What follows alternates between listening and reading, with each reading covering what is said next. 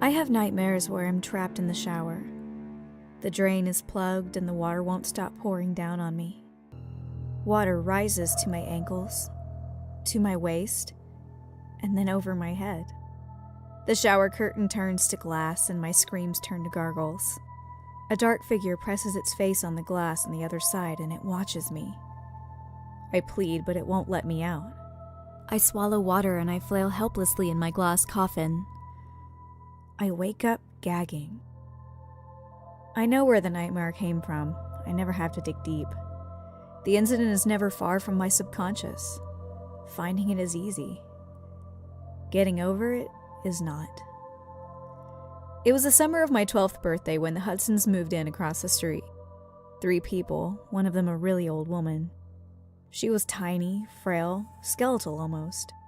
Thin white hair, faded blue flowery dress. Her head hung from her neck and it wobbled as the man pushed her up a makeshift wheelchair ramp into the house. At the time, I couldn't figure out if she was alive or dead. A few minutes later, she appeared in an upstairs window, sitting in her wheelchair. She was directly facing my bedroom, and I cautiously peered out from behind my curtains. Her head was upright now, and she stared at me.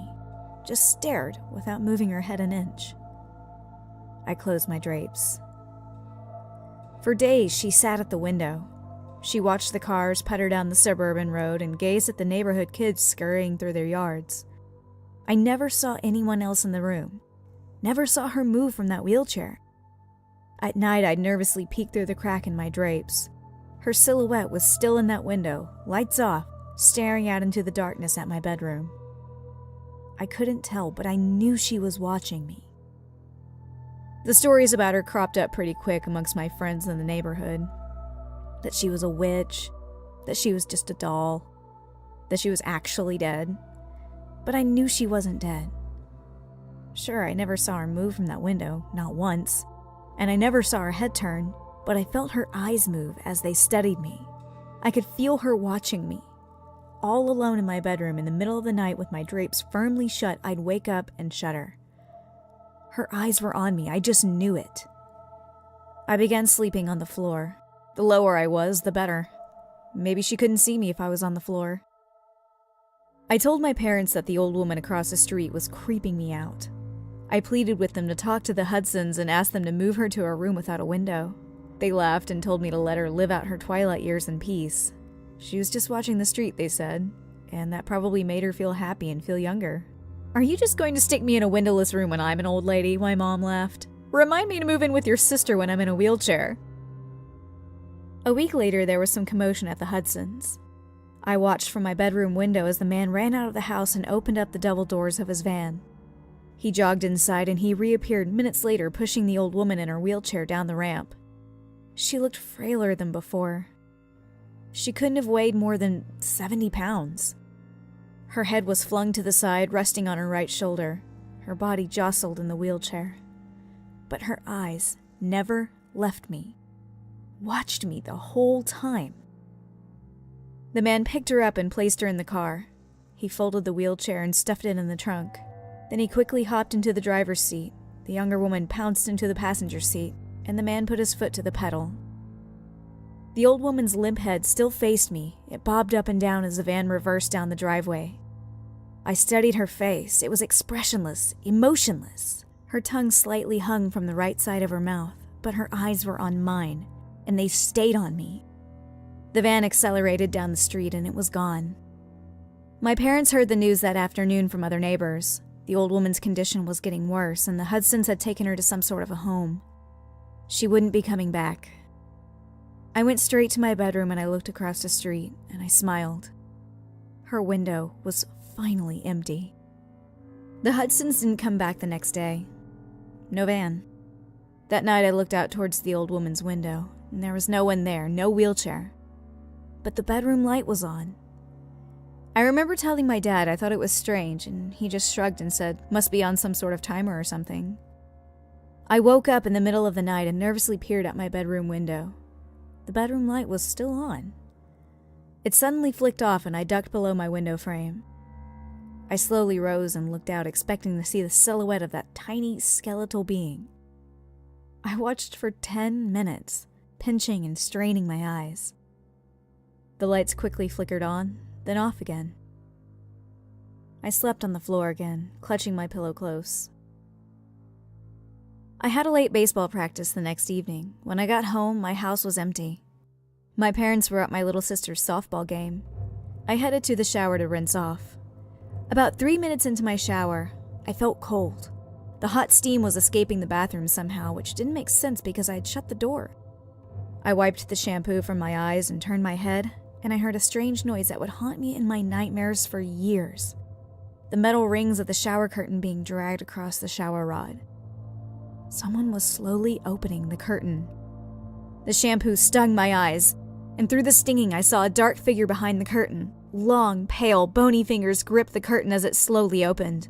I instinctively backed up in the shower and the curtain opened completely. There stood the old woman. I must have only looked at her for 1, maybe 2 seconds, but that moment in time stood still. All these years later, I can still draw you a vivid picture of the horrifying image in front of me. Disheveled white hair, crazy in her eyes, bones jutting out from under her stretched skin, stark naked. Blotchy skin, warts all over her body, skinny breasts hanging to her waist. Hair where I didn't know people could grow hair. She smiled grotesquely, and I felt the shower tile against my back and the hot water pound my face.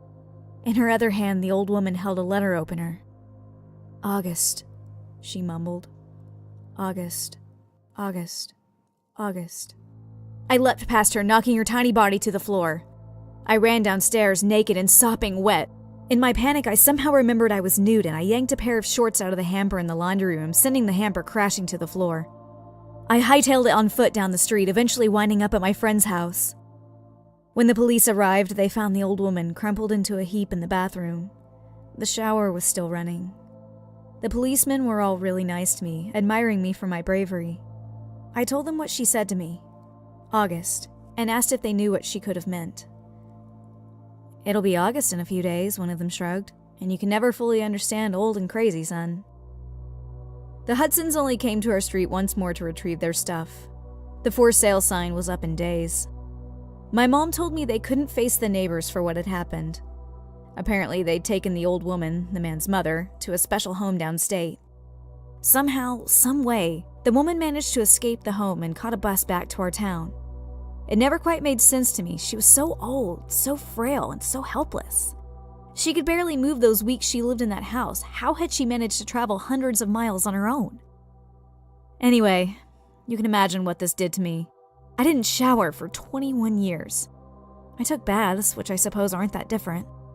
It's still a tub and it involves hot, soapy water. But a shower, with its closed curtain, water peppering the tub floor, and steam climbing the walls, you get lost inside your own head in the shower. Thoughts consume you and feel so utterly safe. For a few minutes, you are alone from the world. It's your own private, misty kingdom. But that's what makes the shower dangerous. You are enclosed, vulnerable, naked. You're exposed.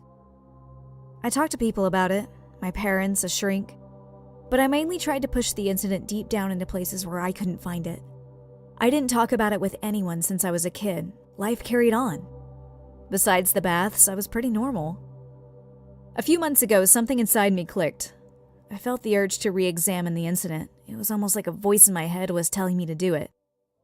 My head wanted closure. I spent hours online one night trying to track down any information on the Hudsons and the old woman. I finally found what I was looking for, an obituary for the old woman. She had died 4 years ago.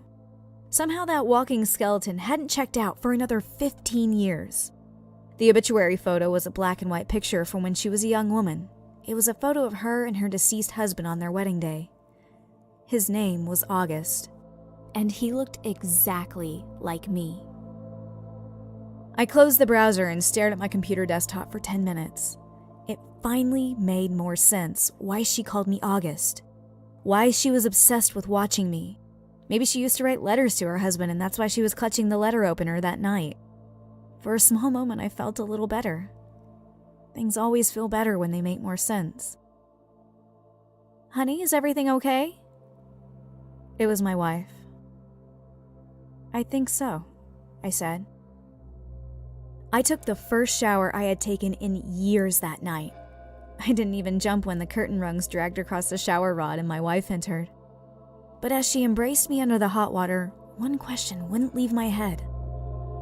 How come the young woman in that wedding photo looks exactly like my wife?